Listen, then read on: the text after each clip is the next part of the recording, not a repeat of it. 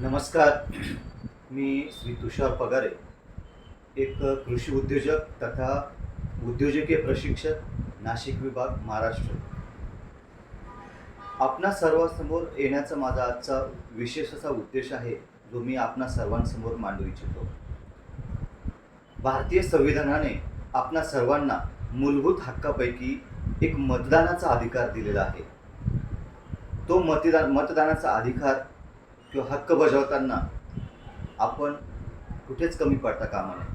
माझी सर्व भारतीय नागरिकांना कळकळीची विनंती आहे की आज देशात असलेलं वातावरण, आज आपल्या भारतीय संविधानानं, भारतीय राज्यघटनेनं आपला भारत हा धर्मनिरपेक्ष ठरवलेला आहे. स्वातंत्र्य, समता, बंधुता या विशेष नीतिमूल्यांची सध्या पायमल्ली होत आहे.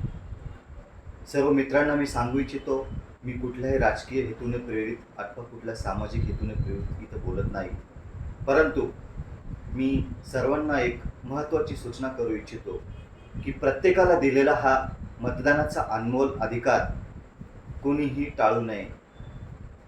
20 फेब्रुवारीला येत्या आपल्या नाशिक विभागामध्ये, नाशिक शहर असेल, येवला दिंडोरी मतदारसंघ असेल, या मतदारसंघामध्ये होणाऱ्या निवडणुकीला प्रत्येकानं आवर्जून मतदान करावं.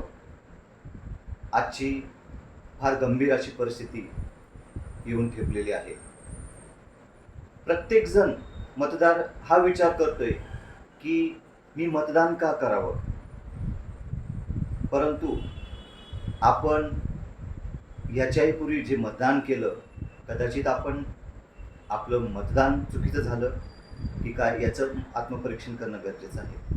त्यामुळे मी माझ्यासह सर्व मतदारांना आव्हान करतो की योग्य असा व्यक्ती,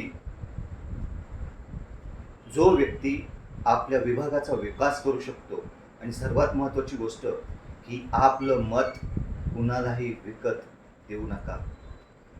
कुणाच्याही रुपया न घेता, कुणाच्याही पक्षाची किंवा राजकीय पक्षाची लाचारी न पत्करता आपल्याला दिलेला जो संविधानात्मक नैतिक अधिकार आहे, त्याला मतदान म्हणतात. ते मतदान करताना कुणाच्याही लाचारीला बळी पडून, पैसे घेऊन आपला स्वाभिमान दवडू नका, असं मी सर्वांना आव्हान करू इच्छितो.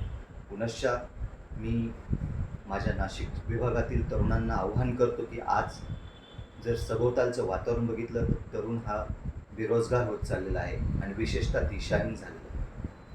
मूळतः आपल्या भारताचा इतिहास हा प्रॉपर आजच्या तरुणाईला समजत नाही आहे की शिकवलं जात.